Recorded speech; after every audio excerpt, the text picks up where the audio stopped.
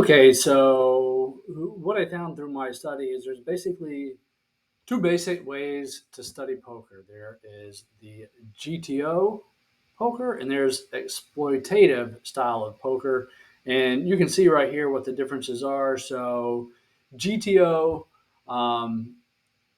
is not really player based. It's just based on how these hands play in general, based over playing, hundreds of thousands of hands. What's the optimal or most profitable way to play these hands?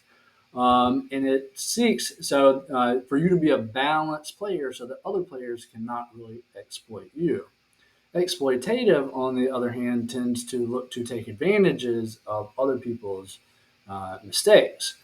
So, what made sense to me was one, I don't want to be exploited.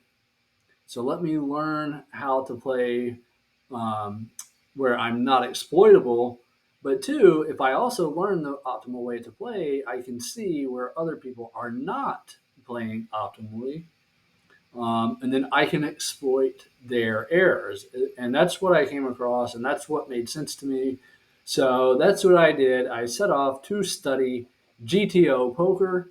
Um, and as you can see, the question comes up, and you'll see this all over. What's better, GTO or exploitative?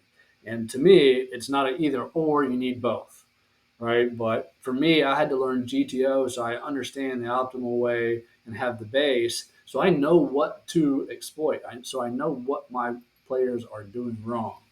So if you don't know who you're playing against or you're playing against really good players, it says right here, if your opponents are highly skilled, you should focus on GTO strategies. If your opponents are weak, you should lean more towards an exploitative approach. So most of your players in your local casinos tend to be weaker players, but you don't know what to exploit, in my opinion, if you don't know the optimal way to play. So I'm gonna then talk to you next about how I got started learning like what is GTO, what is game theory optimal, what does that mean, what is it? Now I know what I'm going to study. Let me figure out what it is. So that's what will be coming next. Talk to you soon.